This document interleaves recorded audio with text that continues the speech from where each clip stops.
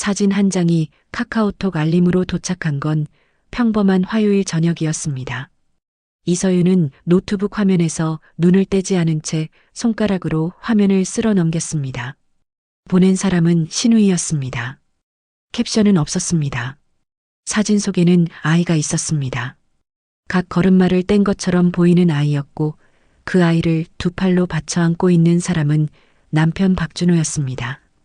서윤은 스마트폰을 책상 위에 내려놓았습니다. 그리고 다시 노트북을 바라보았습니다. 화면에는 내일 발표할 기획안이 열려 있었습니다. 커서가 빈칸에서 깜빡이고 있었습니다. 그들은 결혼 전부터 분명하게 약속했습니다. 아이를 갖지 않겠다는 것이었습니다. 이 합의는 감정적인 선언이 아니었습니다.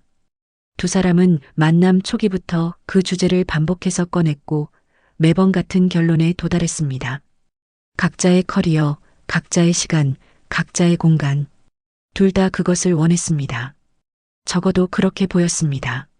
서윤은 대기업 마케팅팀에서 일했습니다. 치열하게, 그러나 자신의 방식으로 살아가는 삶을 중요하게 여기는 사람이었습니다. 감정보다 논리가 앞섰고 즉흥적인 결정보다 충분한 숙고를 선호했습니다. 그녀의 사무실 책상은 항상 정돈되어 있었고 감정적으로 흔들리는 일이 있어도 얼굴에 드러나는 경우는 드물었습니다. 준호는 건축설계 사무소에 다녔습니다. 조용하고 과묵한 편이었지만 따뜻한 구석이 있었고 결혼 초에는 서윤의 그런 성격이 자신과 잘 맞는다고 말했습니다. 둘 다 자기 세계가 뚜렷했고 간섭하지 않았으며 대신 필요할 때 곁에 있었습니다. 주변 사람들은 그들 부부를 보며 부럽다고 했습니다. 이상적이라고도 했습니다. 서윤 자신도 그렇게 생각했습니다. 오래도록 스마트폰을 다시 들었습니다. 사진을 확대했습니다. 준호의 얼굴이 보였습니다. 그는 렌즈를 보고 있지 않았습니다. 아이를 보고 있었습니다. 입꼬리가 아주 조금 올라가 있었고 눈에는 뭔가 서윤이 이름을 붙이기 어려운 것이 담겨 있었습니다. 익숙한 표정이었습니다. 그것이 문제였습니다. 처음 보는 표정이었다면 오히려 쉬웠을 것입니다. 낯설면 단순히 묻고 끝낼 수 있으니까요. 그런데 그 표정은 어딘가 낯익었습니다. 서윤은 그 익숙함이 어디서 비롯된 것인지 당장 설명할 수 없었습니다. 그녀는 화면을 껐습니다. 노트북 앞으로 돌아왔습니다. 커서는 여전히 깜빡이고 있었습니다. 손가락이 키보드 위에 올라갔지만 아무것도 치지 않았습니다. 아직 결론을 낼 단계가 아니라고 서윤은 생각했습니다. 사진 한 장만으로 무언가를 단정 짓는 것은 자신의 방식이 아니었습니다.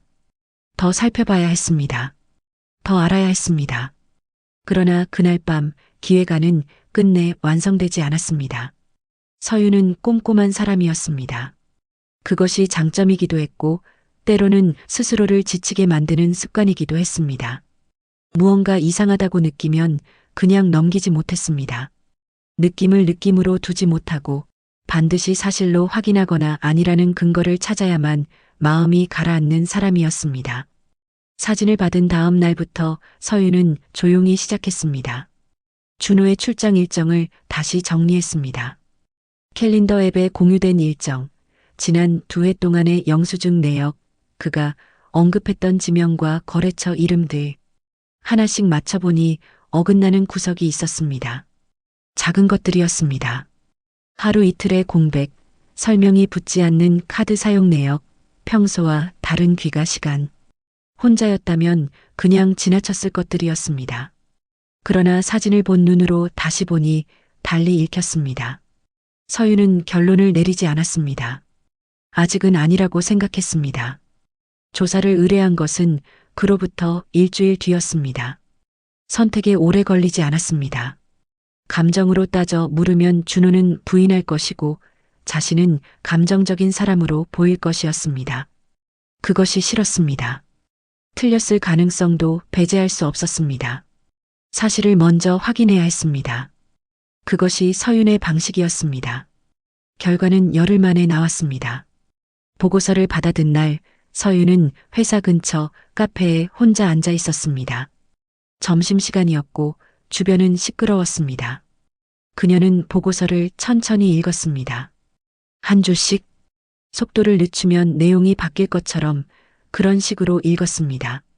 아이는 준호의 친자였습니다. 아이를 양육하는 인물은 김미자, 62살이었습니다. 그리고 두 사람의 관계는 단순한 도움 관계가 아니었습니다. 보고서에는 그것이 절제된 문장으로 기록되어 있었습니다. 그러나 절제된 문장도 담긴 사실을 바꾸지는 않았습니다. 서유는 커피잔을 내려놓았습니다. 손이 떨리지 않았습니다. 그게 이상하다는 생각이 들었습니다. 집에 돌아온 것은 저녁 늦게였습니다. 준호는 소파에 앉아 텔레비전을 보고 있었습니다. 서윤이 들어서자 고개를 돌렸습니다. 오늘 늦었네. 응. 서윤은 외투를 걸고 주방으로 갔습니다. 물을 한 잔 따랐습니다. 준호가 뒤따라 들어왔습니다. 밥은? 먹었어. 짧은 침묵이 있었습니다. 준호는 냉장고를 열었다 닫았습니다. 서윤은 물을 마셨습니다. 두 사람은 같은 공간에 서 있었지만 서윤에게 그 거리는 그날 처음으로 실제보다 훨씬 멀게 느껴졌습니다. 그날 밤 서윤은 잠을 이루지 못했습니다. 눈을 감으면 보고서의 문장들이 떠올랐습니다. 아이의 나이를 계산해 보았습니다. 준호가 처음 출장이 잦아진 시기와 맞았습니다. 그때 서윤은 바빴습니다. 새 프로젝트를 맡고 야근이 많았고 집에서도 노트북을 켜두는 날이 많았습니다. 둘 다 바빴고 그것이 자연스럽다고 생각했습니다. 마찰이 없었던 것은 사이가 좋아서가 아니라 서로 마주치는 시간 자체가 줄어들었기 때문인지도 모른다는 생각이 처음으로 들었습니다. 혼란이 지나가자 충격이 왔습니다. 충격이 가라앉자 현실이 남았습니다. 이것은 단순한 외도가 아니었습니다. 아이가 있다는 것은 준호가 어딘가에 또 다른 삶을 쌓아왔다는 뜻이었습니다. 오랜 시간에 걸쳐 조용히 이 결혼 생활과 나란히 사흘이 지났습니다. 서윤은 준호에게 아무것도 묻지 않았습니다. 일상은 겉으로 전과 다르지 않았습니다. 아침에 일어나고 출근하고 저녁에 돌아왔습니다. 그러나 속으로는 단단히 정리하고 있었습니다. 사실을 알았습니다. 이제 다음을 생각해야 했습니다. 어떻게 꺼낼 것인지, 무엇을 먼저 물을 것인지, 그리고 준호의 대답이 어떻게 나오든 자신이 어디에 서 있을 것인지. 서윤은 아직 답을 내리지 않았습니다. 그러나 한 가지는 분명했습니다. 더 이상 모르는 척할 수는 없었습니다. 준호를 마주한 것은 토요일 오전이었습니다. 서윤은 전날 밤 오래 생각했습니다. 어떻게 시작할지, 어디까지 알고 있다고 말할지. 결론은 단순했습니다. 돌려 말하지 않기로 했습니다. 그것이 자신의 방식이었고 지금은 특히 그래야 했습니다. 준호는 주방에서 커피를 내리고 있었습니다. 서윤이 식탁 의자를 빼고 앉았습니다. 소리가 났습니다. 준호가 돌아보았습니다. 할 얘기 있어.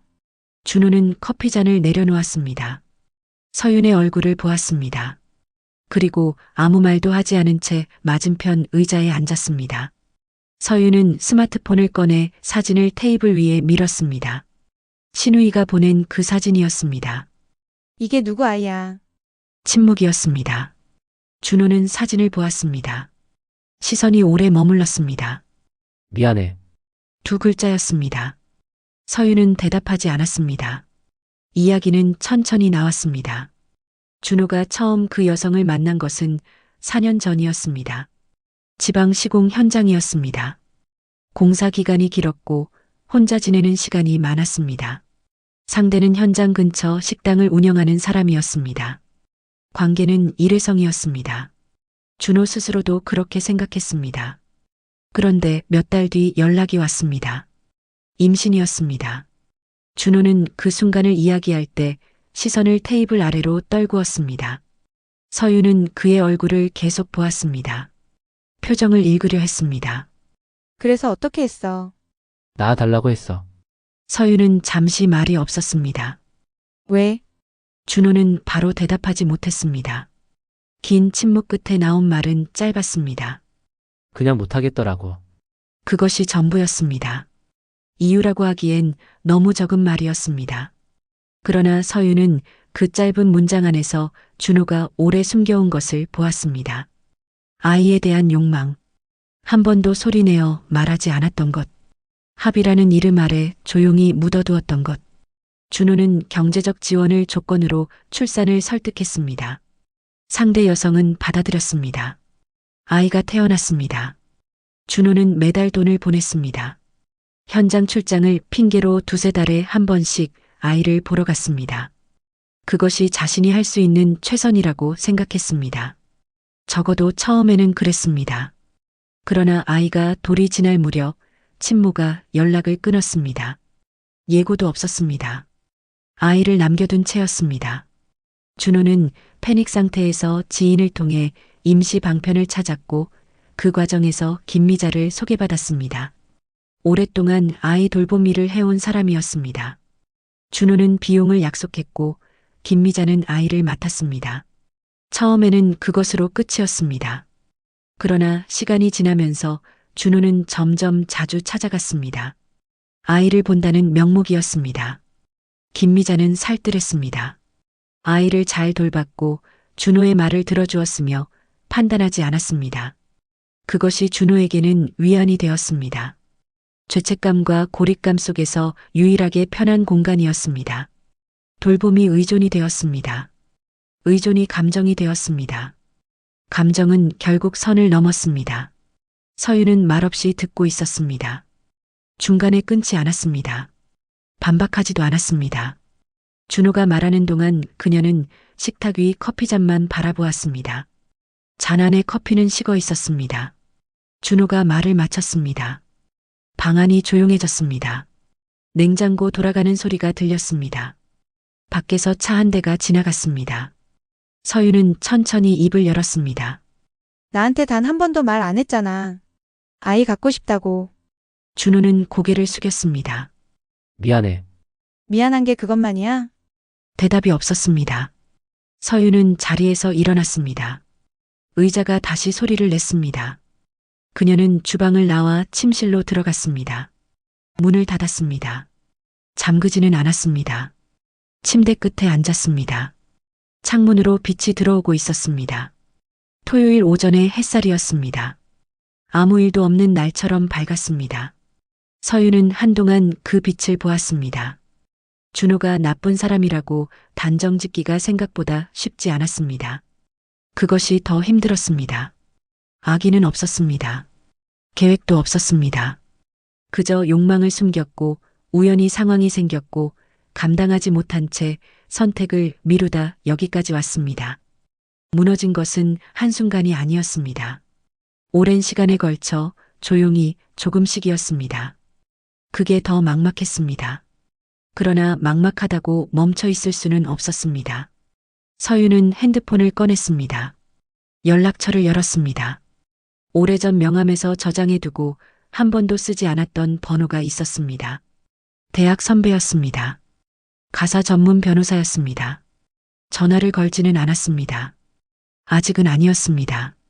그러나 번호를 닫지도 않았습니다. 서윤이 지방으로 내려간 것은 수요일이었습니다. 반차를 냈습니다. 이유는 쓰지 않았습니다. KTX를 타고 2시간, 거기서 다시 택시로 20분. 조사보고서에 적힌 주소를 네이버 지도에 입력했고 화면 속 파란 점이 움직이는 동안 서윤은 창밖을 바라보았습니다. 논이 펼쳐져 있었습니다. 하늘이 낮았습니다. 직접 봐야 했습니다. 글자로 읽은 것과 눈으로 본 것은 다릅니다. 서윤은 그것을 알고 있었습니다. 그래서 왔습니다. 주택가 골목 안쪽에 있는 빌라였습니다. 서윤은 골목 입구에서 멈추었습니다. 안으로 들어가지 않았습니다. 멀리서 보는 것으로 충분하다고 생각했습니다. 아니, 충분해야 했습니다. 얼마 지나지 않아 현관문이 열렸습니다. 아이가 먼저 나왔습니다. 3살쯤 되어 보였습니다. 빨간 점퍼를 입고 있었습니다. 그 뒤로 김미자가 따라 나왔고 잠시 후 준호가 문을 닫으며 나왔습니다. 아이가 달려갔습니다. 준호 쪽으로였습니다. 아빠, 한 음절이었습니다. 짧았습니다. 그러나 서윤의 귀에는 오래 남았습니다. 준호는 자연스럽게 아이를 안아 올렸습니다. 어색함이 없었습니다. 몸에 밴 동작이었습니다. 김미자가 옆에서 아이의 목도리를 여며주었습니다. 세 사람은 골목 안에서 잠깐 무언가를 이야기했고 함께 걸음을 옮겼습니다. 서윤은 움직이지 않았습니다. 그 장면은 불륜의 현장이 아니었습니다. 그것이 문제였습니다. 그냥 하나의 가족처럼 보였습니다. 준호가 그 안에 완전히 들어가 있었습니다. 서윤이 알던 준호와 같은 사람이었지만 전혀 다른 자리에 서 있었습니다. 그 자리는 누군가 비워둔 자리가 아니었습니다. 오랜 시간을 들여 채워진 자리였습니다. 서윤은 그때 처음으로 분노가 올라오는 것을 느꼈습니다. 준호에게 전화를 건 것은 서울로 돌아오는 기차 안에서였습니다. 봤어. 짧은 침묵이 있었습니다. 언제부터 알았어? 그건 중요하지 않아. 기차는 터널로 들어갔습니다. 화면이 잠깐 어두워졌습니다. 서윤은 전화를 끊지 않았습니다. 만나서 얘기하자. 준호가 서울로 올라온 것은 다음 날 저녁이었습니다. 두 사람은 집 근처 카페에 마주 앉았습니다. 준호의 얼굴은 피곤해 보였습니다. 서윤은 아메리카노를 시켰습니다. 준호는 아무것도 주문하지 않았습니다. 먼저 말을 꺼낸 것은 준호였습니다. 나 돌아가고 싶어. 서윤은 잔을 내려놓았습니다. 조건이 있어. 아이를 받아들여줬으면 해. 같이 키우는 건 아니더라도 존재 자체를. 서윤은 바로 대답하지 않았습니다. 카페 안에 소음이 들렸습니다. 옆 테이블에서 누군가 웃었습니다. 지금 나한테 조건을 거는 거야. 그런 뜻이 아니라. 조건을 걸고 있잖아. 준호가 입을 다물었습니다. 서윤은 그를 바라보았습니다. 화가 나 있었습니다. 그런데 그 화는 뜨겁지 않았습니다.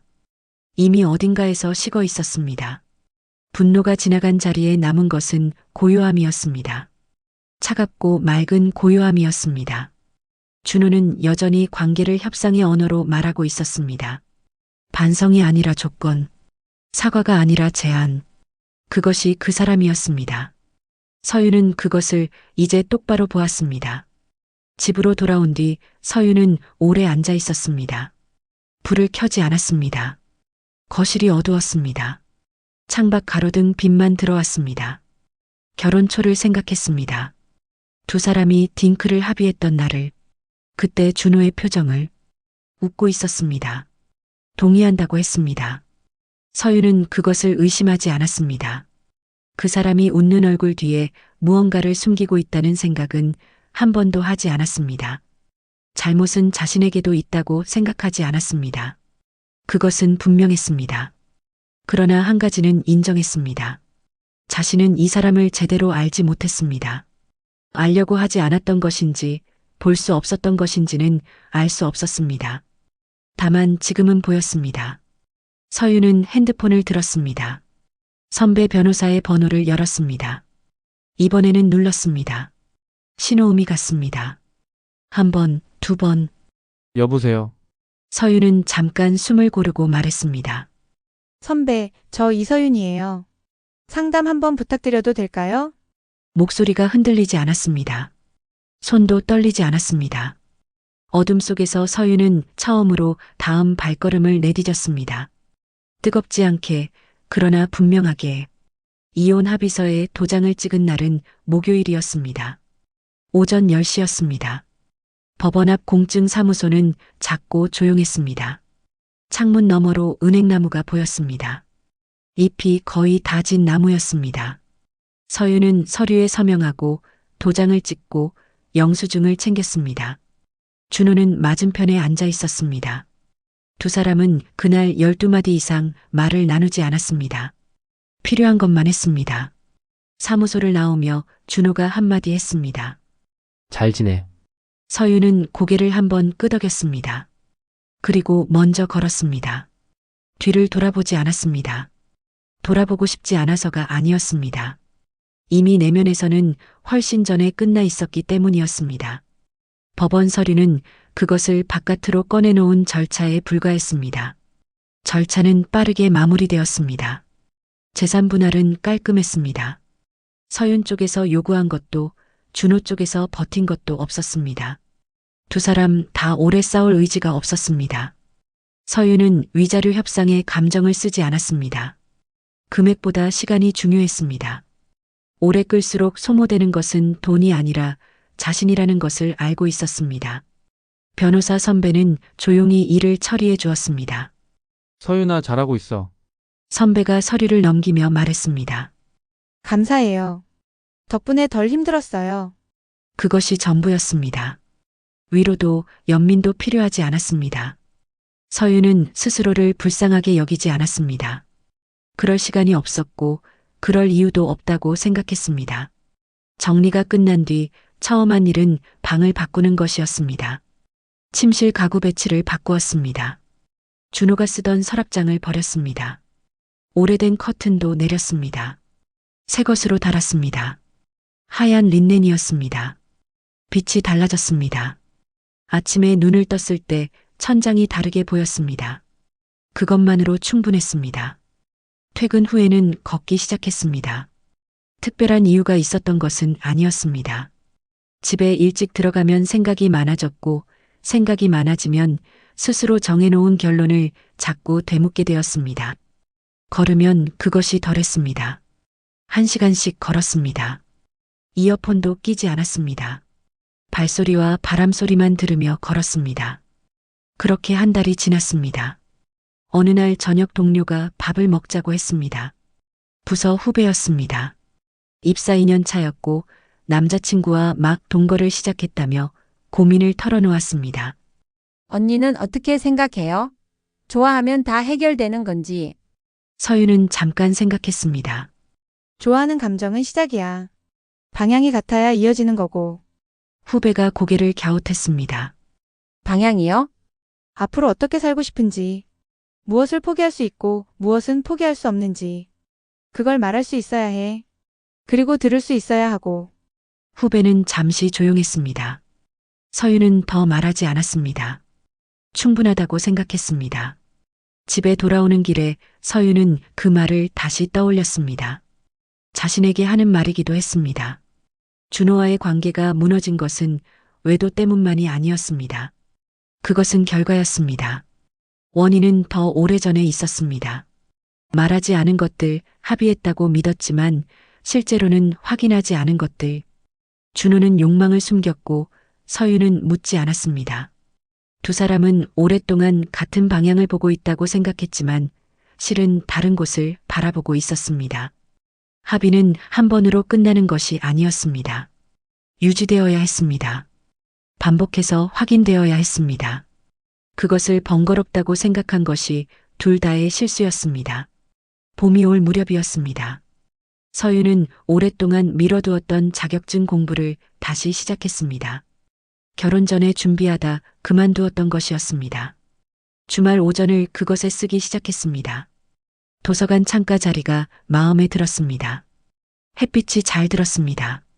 삶이 가벼워졌다는 생각은 들지 않았습니다. 그러나 단단해졌다는 느낌은 있었습니다.